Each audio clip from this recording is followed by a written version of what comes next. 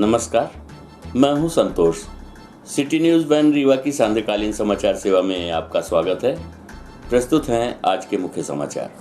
43.5 करोड़ की लागत से बने फ्लाईओवर का कल प्रदेश के मुखिया शिवराज सिंह करेंगे ऑनलाइन लोकार्पण। डॉक्टरों ने फिर रोशन की दीपक की जिंदगी। 10 घंटे बिना रुके ब्रेन ट्यूमर का किया सफल ऑपरेशन, बचाई जान। सांसद ने 220 ग्रामों में किया वैक्सीनेशन हेतु जागरूक। गृह ग्राम हिनौता में टीकाकरण हेतु उत्साहित है लोग। खबरें अब विस्तार से। 43.5 करोड़ की लागत से बने नवनिर्मित समान तिराहा फ्लाईओवर का लोकार्पण ऑनलाइन तरीके से कल प्रदेश के मुखिया शिवराज सिंह चौहान करेंगे। हम आपको बता दें कि इस फ्लाईओवर के शुरू होने से शहर की यातायात व्यवस्था में काफी फर्क पड़ेगा, साथ ही लगने वाले जाम से भी लोगों को छुटकारा मिल सकेगा। आज इस संबंध में लोकार्पण कार्यक्रम की तैयारियों को लेकर पूर्व मंत्री राजेंद्र शुक्ला एवं रीवा कलेक्टर डॉक्टर इलैया टी सहित अन्य संबंधित अधिकारियों ने निरीक्षण किया। हम आपको बता दें कि मुख्यमंत्री शिवराज सिंह चौहान वर्चुअल माध्यम से रीवा के समान तिराहे में 43.5 करोड़ रुपए की लागत से निर्मित फ्लाईओवर पुल का अपराह्न 3 बजे भोपाल से लोकार्पण करेंगे। इस अवसर पर भोपाल से मुख्यमंत्री जी के साथ विधानसभा अध्यक्ष श्री गिरीश गौतम, लोक निर्माण मंत्री श्री गोपाल भार्गव भी उपस्थित रहेंगे। रीवा जिले के वाराणसी नागपुर मार्ग में रीवा शहर के नवीन बस स्टैंड के पास आयोजित लोकार्पण समारोह में सांसद श्री जनार्दन मिश्र एवं विधायक राजेंद्र शुक्ल उपस्थित रहेंगे। इस दौरान विधायक नागेंद्र सिंह, डॉक्टर पंचूलाल प्रजापति, दिव्यराज सिंह, श्री श्यामलाल द्विवेदी, प्रदीप पटेल तथा केपी त्रिपाठी भी उपस्थित रहेंगे। रीवा विधायक श्री राजेंद्र शुक्ल ने आज लोकार्पण समारोह स्थल का निरीक्षण किया तथा अधिकारियों को आवश्यक तैयारियां व व्यवस्थाएं सुनिश्चित करने के लिए निर्देश दिए। इस दौरान कलेक्टर डॉक्टर इलैया टी, आयुक्त नगर निगम मृणाल मीणा, एडीएम इला तिवारी सहित लोक निर्माण विभाग सेतु कार्यपालन यंत्री वसीम खान तथा अन्य अधिकारी उपस्थित रहे। प्रस्तुत है पूर्व मंत्री राजेंद्र शुक्ला से प्राप्त जानकारी के अंश। रीवा को कल एक नई बड़ी सौगात मिलने जा रही है। रीवा में ट्रैफिक का दबाव लगातार बढ़ने के कारण ये बहुत ज़रूरी हो गया था कि रीवा में बाईपास बने, रिंग रोड बने, फ्लाईओवर्स बने। उसी कड़ी में समान तिराहे में एक फ्लाईओवर बनाने की बहुत पुरानी मांग रही है, जिसको मध्य प्रदेश और केंद्र की सरकार ने मंजूर किया और वो फ्लाईओवर बन के तैयार हो गया है।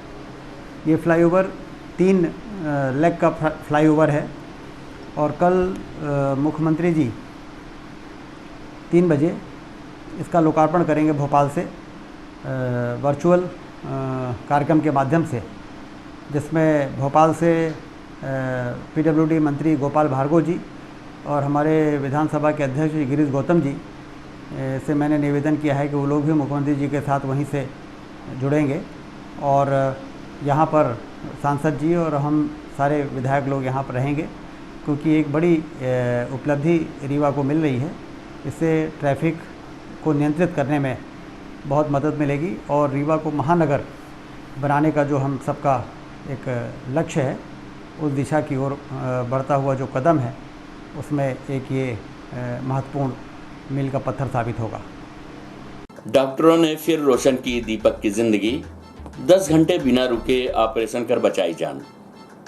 हम आपको बता दें कि रीवा के सुपर स्पेशलिटी हॉस्पिटल में आज डॉक्टरों के द्वारा ब्रेन ट्यूमर का सफल ऑपरेशन कर अस्पताल में भर्ती मरीज दीपक सिंह की जान बचाई गई, जिसके बाद मरीज के परिवारजनों में उत्साह का माहौल निर्मित हो गया। बताया जा रहा है कि डॉक्टर दिनेश पटेल के नेतृत्व में तकरीबन 10 घंटे तक बिना रुके ब्रेन ट्यूमर का सफल ऑपरेशन किया गया, जिससे दीपक की जिंदगी रोशन हो गई। हम आपको बता दें कि कोरोना वायरस के संकट काल में योद्धा की भूमिका निभाने वाले डॉक्टर लगातार लोगों की जिंदगी बचाने के लिए जुटे हुए हैं, जिसके चलते चारों ओर उनके कार्यों की सराहना हो रही है। इसी कड़ी में आज रीवा के सुपर स्पेशलिटी अस्पताल में दीपक सिंह की जिंदगी बचाकर डॉक्टरों ने सराहनीय कार्य किया है। डॉक्टरों ने 10 घंटे तक बिना रुके ब्रेन ट्यूमर का सफल ऑपरेशन किया। दरअसल सुपर स्पेशलिटी अस्पताल में ब्रेन ट्यूमर के गंभीर रोगी दीपक सिंह को भर्ती कराया गया था, जहां पर उनकी हालत में किसी भी प्रकार का सुधार नहीं हो रहा था, जिसके बाद मरीज के परिजनों की राय लेकर डॉक्टर दिनेश पटेल के नेतृत्व में लगभग 10 घंटों तक बिना रुके सफल ऑपरेशन किया गया, जिससे अब मरीज की तबीयत ठीक है तथा ऑपरेशन के बाद परिजनों में उत्साह का माहौल निर्मित है।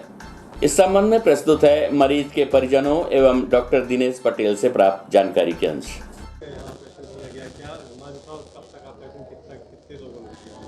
ऑपरेशन के में 4-5 लोग थे सर, और पूरी टीम ने मिलकर किया। 10.5 घंटे के करीब ऑपरेशन चला था और 11 जून को हुआ है ऑपरेशन। क्या तकलीफ थी?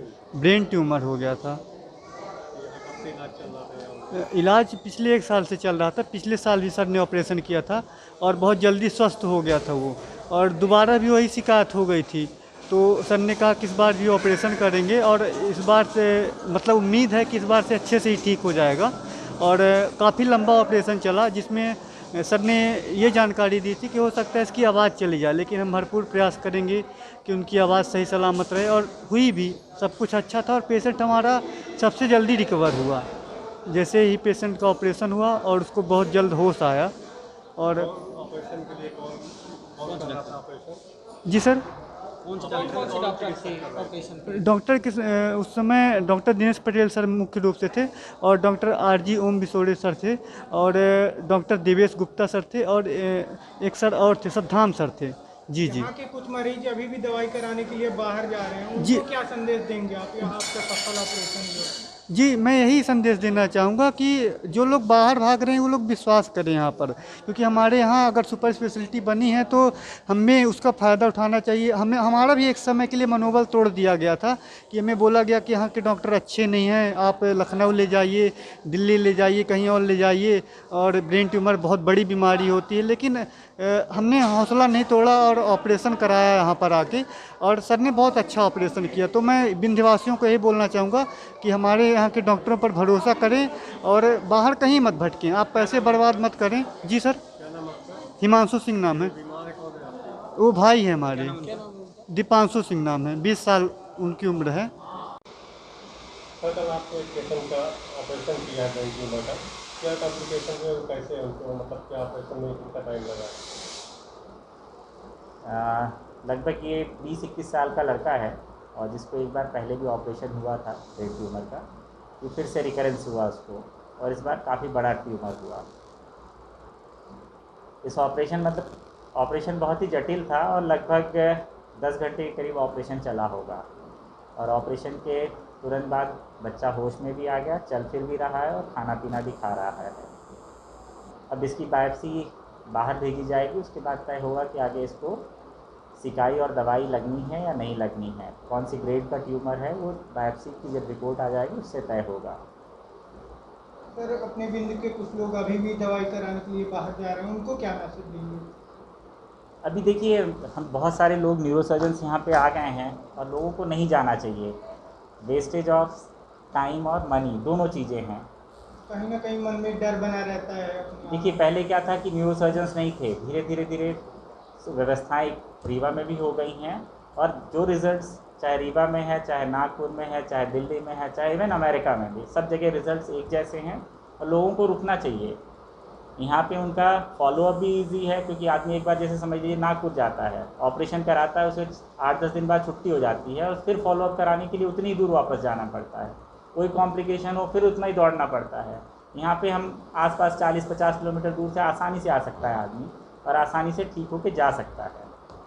सर, ये ऑपरेशन में क्या मतलब दिक्कत हो सकती है, इसके पहले नहीं बता रहे कि ऑपरेशन जटिल इसलिए था कि एक तो लेफ़्ट साइड था, जहाँ से हमारे बोलने, सोचने, समझने, याददाश्त, ये 4-5 चीज़ें left side usually right handed आदमी में होता है। ट्यूमर बिल्कुल बोलने वाली जगह के पास में ही था। हमें भी डर लग रहा था कि ऐसा ना हो कि बच्चा होश में आए और बोले ना। तो हम सबसे पहले जब अगले दिन वेंटिलेटर से बाहर हुआ, सबसे पहले उससे हमने नाम पूछा कि वो नाम बता पा रहा है या नहीं बता पा रहा, लेकिन हमें अच्छा लगा कि उसने नाम बताया, सब कुछ बातें कर रहा था। लेफ़्ट साइडेड ट्यूमर हमेशा खराब, मतलब रिजल्ट्स ख़राब होते हैं। इस तरह कोई भी चीज़ हो जाए तो उसकी ज़िंदगी भर ख़राब है, या जितने दिन भी जीवित रहता है मरीज़। पिकअप वाहन से 18 मोबाइलों से भरा कार्टून चोरी करने वाला बदमाश चढ़ा पुलिस के हाथ थे। 2,90,000 रुपए कीमत के 18 मोबाइल हुए बरामद।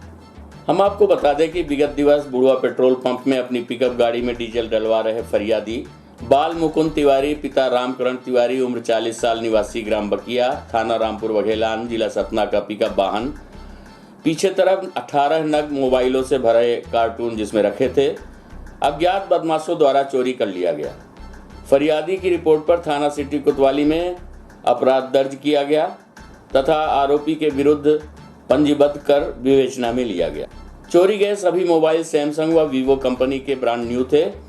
विवेचना के दौरान चोरी गए मोबाइलों की साइबर से जानकारी प्राप्त की गई। प्रकरण की विवेचना के दौरान थाना प्रभारी सिटी कोतवाली रीवा निरीक्षक आदित्य प्रताप सिंह परिहार द्वारा साइबर सेल से प्राप्त जानकारी के अनुसार कॉल डिटेल्स का गहन अध्ययन कर प्राप्त सूचना के आधार पर पुलिस अधीक्षक रीवा श्री राकेश कुमार सिंह, अतिरिक्त पुलिस अधीक्षक रीवा शिव कुमार वर्मा के कुशल मार्गदर्शन व निर्देशन में संदेही दीपेंद्र कुमार साकेत पिता संतलाल साकेत उम्र 19 साल निवासी खोखरी राजमेलन थाना माड़ा जिला सिंगरौली को टीम भेजकर दबिश देकर हिरासत में लेकर जब बारीकी से पूछताछ की गई तो आरोपी द्वारा घटना दिनांक को पिकअप वाहन से मोबाइल से भरे कार्टून चोरी करने की घटना को स्वीकार किया। आरोपी की निशानदेही में घटना में चोरी गए 18 नग मोबाइल कीमत 2,90,000 रुपए के बरामद कर लिए गए हैं। आरोपी को प्रकरण में गिरफ्तार कर न्यायिक अभिरक्षा में भेज दिया गया है। प्रस्तुत है इस घटना के संबंध में थाना प्रभारी सिटी कोतवाली आदित्य प्रताप सिंह से प्राप्त जानकारी के अंश। मोबाइल बरामद किए गए हैं और गिरफ्तार किए गए किसकी मोबाइल के ये दिनांक 10 फरवरी 21 को बुढ़वा टंकी में रामकरण तिवारी जो कि सैमसंग कंपनी के फ्लाइट डीजलर थे, उनके द्वारा जगह जगह पर ऑर्डर होने पर सप्लाई किया जा रहा था।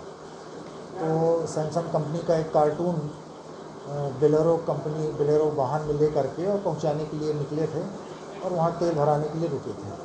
उसी दौरान में कोई अज्ञात बदमाश गाड़ी खोल करके एक कार्टून जिसमें कि 18 नग मोबाइल थे वो चुरा लिया था।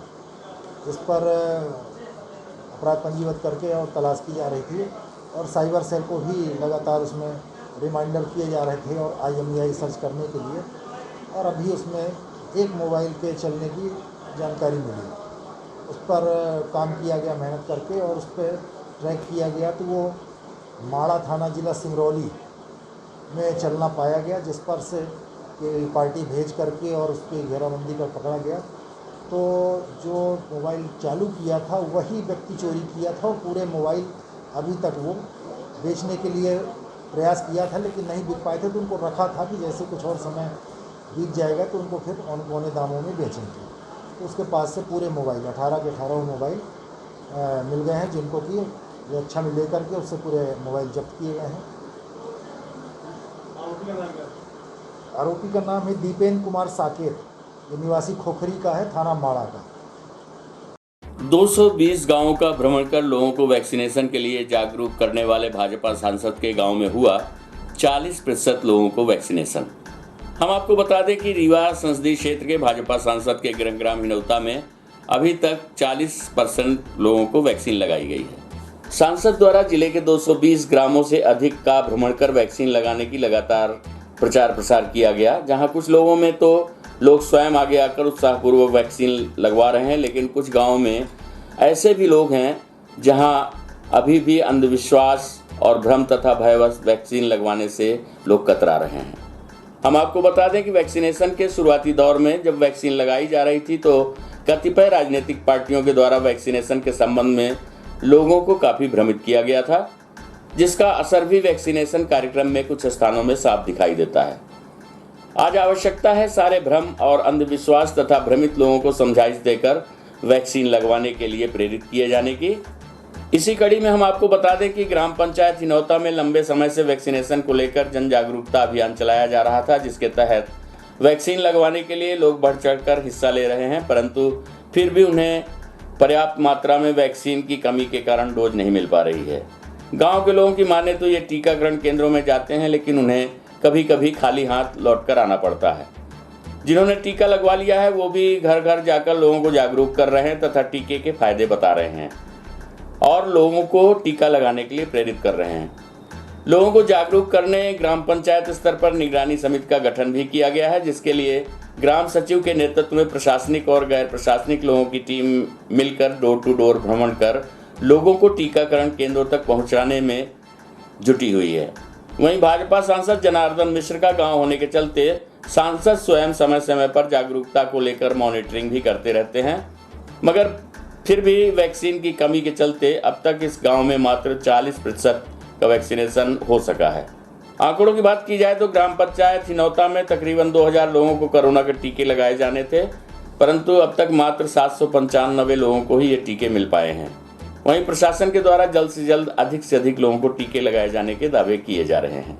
इस संबंध में प्रस्तुत है ग्रामवासियों सहित रीवा सांसद जनार्दन मिश्रा से प्राप्त जानकारी के अंश। मेरा नाम शिव प्रसाद मिश्रा है, हिनौता 586। आपने वैक्सीनेशन का जी हाँ, लगवाई है? हाँ लगवाया, वैक्सीनेशन करवाया। कोई समस्या आई? कोई समस्या नहीं, किसी भी प्रकार का कोई डर रहा हो? किसी प्रकार के नहीं। लोगों को क्या बोलते हैं? लोगों को बोलते हैं कि इंजेक्शन लगवाइए, इससे फ़ायदा है।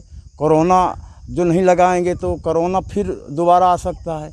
लोग लगवाते हैं, पहले लोग डरते थे, लेकिन हम लोगों के कहने पे, शासन के कहने पे और हमारे जो आशा, ये जो कार्यकर्ता है, हमारे सेक्रेटरी हैं, ये बड़ी मेहनत किए और अब लोग जाते हैं और सब लगवाए। करीब करीब हमारे यहाँ कितना 80% हो गया करीब। वैक्सीनेशन की कमी भी देखी जा रही है? हाँ, देखी जाती है। चूँकि नहीं, कमी इसलिए देखी जाती है कि इतना ले आते हैं और लोग ज़्यादा चले जाते हैं, फिर दूसरे दिन आते हैं। मतलब लोगों में ज़्यादा उत्साह है, लेकिन वैक्सीन ही का हाँ, लगवाते हैं। अभी आप लोग मेरा नाम भास्कर दत्त मिश्रा है, हिनौता गांव है, 586 पौराणिक टोला। आपने वैक्सीन लगवाई? हम इंजेक्शन लगवाए हैं 2 टन का। क्या समस्या क्या थी आपको? समस्या, हमको सांस के मरीज थे तो हमको 55% लाभ हो गया। आप लोग गोली नहीं खाते हैं पन्ने? और अपने घर के लोगों को, हर छोटे से बड़े लोगों को हम इस कोरोना के इंजेक्शन लगाने के लिए प्रेरित किया है। सभी लोग लगवाए हैं और जो हमारे रिश्तेदार हैं, गाँव के लोग हैं, उनको सबको कहा कि भाई सब इंजेक्शन लगवाओ, ये कोई नहीं मरता, ना कोई कुछ होता है, इससे सबको सारी लाभ होगा। और जो तुम्हारे रिश्तेदारों को सबको इसको इंजेक्शन लगवाओ। वैक्सीन के बाद आपने दवाइयाँ भी छोड़ दी सुनने में? दवाई हमने गोली खाना से बंद कर दिया है। जब कभी बहुत बड़ी समस्या जाती है, ठंडी चीज़ खा लेते हैं तो 15-20 दिन में एक बार खा लेते हैं। लोगों को किस प्रकार से जागरूक कर रहे हैं? बिल्कुल, सब कहते हैं कि भाई सभी लोग लगवाओ, इंजेक्शन लगाना आवश्यक है। जो जीना है तो कोरोना के इंजेक्शन लगवाना आवश्यक, सब लोगों को, सब लोग लगवा लिए हमारे यहाँ। ये सिरमौर जनपद पंचायत का ग्राम पंचायत हिनौता है। वैक्सीनेशन की क्या स्थिति है? वैक्सीनेशन की स्थिति बहुत अच्छी है। यहाँ लोग भारी उत्साह के साथ वैक्सीन लगवाने आते हैं। जितनी भी डोज हमको मिलती है, लगभग 100% डोज जो है समाप्त हो जाती है और लोगों का वैक्सीन के प्रति अच्छा उत्साह देखने में मिल रहा है। लगभग कितना वैक्सीनेशन हुआ होगा अब तक? अभी तक तो लगभग 40% वैक्सीन लोगों के द्वारा लगवाई जा चुकी है। आप लोग जागरूकता कैसे करते हैं? हम लोग घर घर जाते हैं। हमारी एक निगरानी समिति बनी है। समिति के सभी सदस्य हर व्यक्ति के घर में जाते हैं, उनको जागरूक करते हैं, समझाते हैं कि वैक्सीन लगवाओ, वैक्सीन अच्छी है, आपके बचाव का साधन एकमात्र वैक्सीन है। सबसे पहले तो मैं आपके चैनल का अपने गांव में स्वागत करता हूं और आपके प्रति आभार व्यक्त करता हूं कि आप मेरे गांव आए और यहां की जानकारी एकत्र करने का प्रयास किया। बाकी वैक्सीनेशन का जहां तक सवाल है तो इस समय मुझे जो जानकारी मिली है कि 40% से ऊपर वैक्सीनेशन हो चुका है और अभी 1-2 दिन पहले वैक्सीनेशन के लिए यहाँ 70 डोज आए थे, 70 का 70 लग गए हैं और लोगों में भारी उत्साह है और मुझे पूरा भरोसा है कि अगले 1-2 कैंप के बाद गांव पूरी तरह से वैक्सीनेट हो जाएगा। मेरे जागरूक करने का नहीं सवाल है, हम तो यहाँ के पंचायत का जो ढांचा बना हुआ है, जो निगरानी समिति बनी है और गांव के जो संभ्रांत लोग हैं, उनके प्रयास का ये प्रतिफल है कि आज हमारे गांव में 100% लोग वैक्सीन लगवाना चाहते हैं, जैसा कि आपने देखा भी है। तो इसमें मेरा प्रयास तो केवल एक सलाह का प्रयास है। वैक्सीन की कमी देखी जा रही है, जैसा कि आपके यहाँ लोग लगातार अपना अभाव रखे हैं वैक्सीन मिलने के कारण। अब ये एक दूरस्थ गांव है, सिरमौर PSC है यहाँ की, इसलिए कम्युनिकेशन में कहीं थोड़ी बहुत दिक्कत हुई होगी, बाकी जितनी डोज की आवश्यकता होगी उतना मिलेगी, मेरा पूरा भरोसा है। अगली बार तो पर्याप्त मिलेगी। लेकिन सबसे बड़ा क्रेडिट ये है कि यहाँ एक भी डोज का लॉस नहीं हुआ, आज तक 0 लॉस है यहाँ।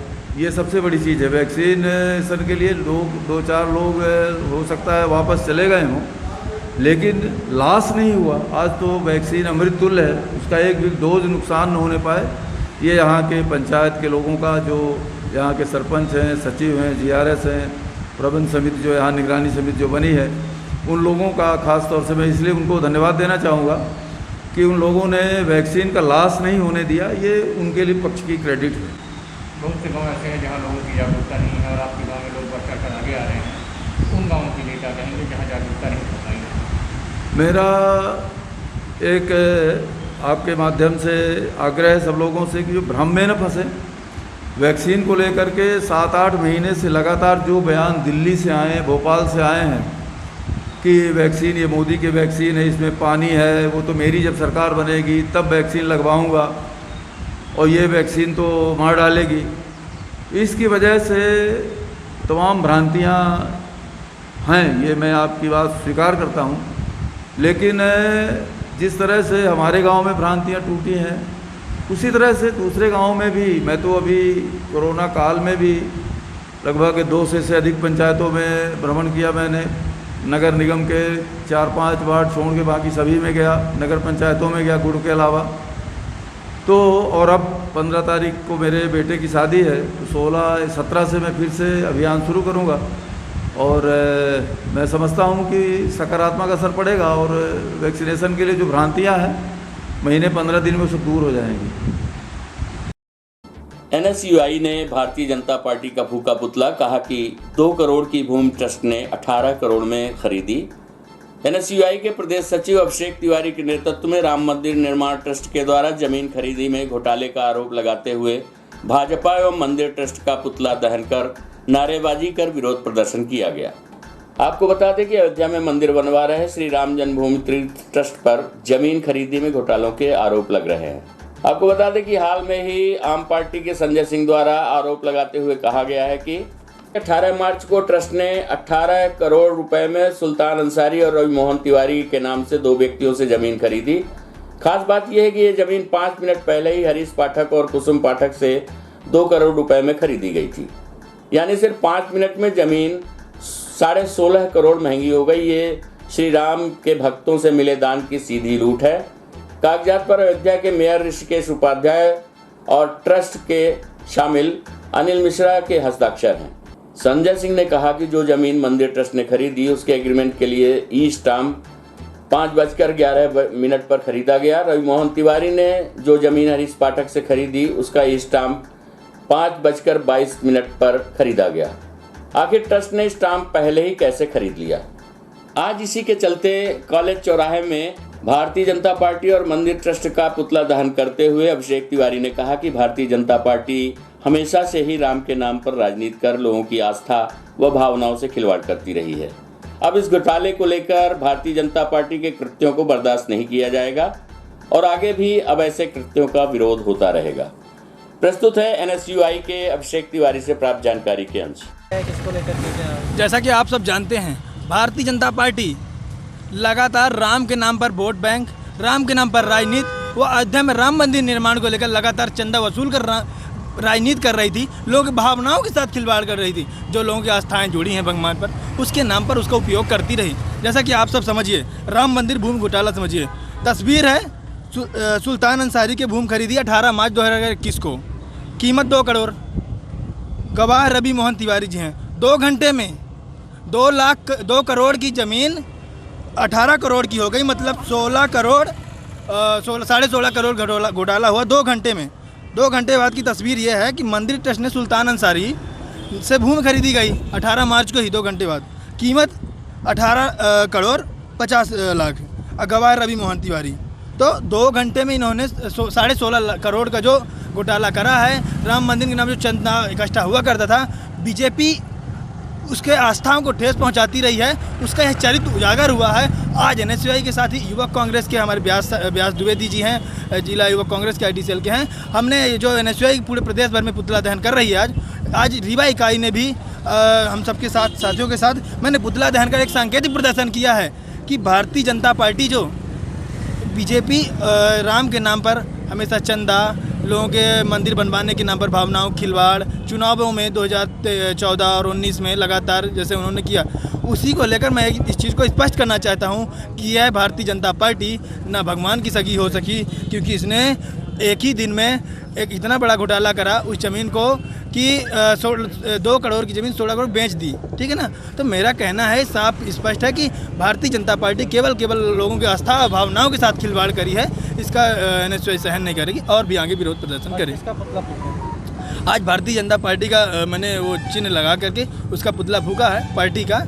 उसमें सारे नेता जो हैं, चाहे मोदी जी हैं, चाहे आदित्यनाथ योगी जी हों, लगातार जो राम के नाम पर, आस्था के नाम पर, अयोध्या मंदिर निर्माण के नाम पर राजनीति करते हैं, उसका आज विरोध किया गया है। आज की खबरों में बस इतना ही। कल हम पुनः हाजिर होंगे कुछ नई खबरों के साथ। तब तक के लिए हमें इजाज़त दीजिए। नमस्कार।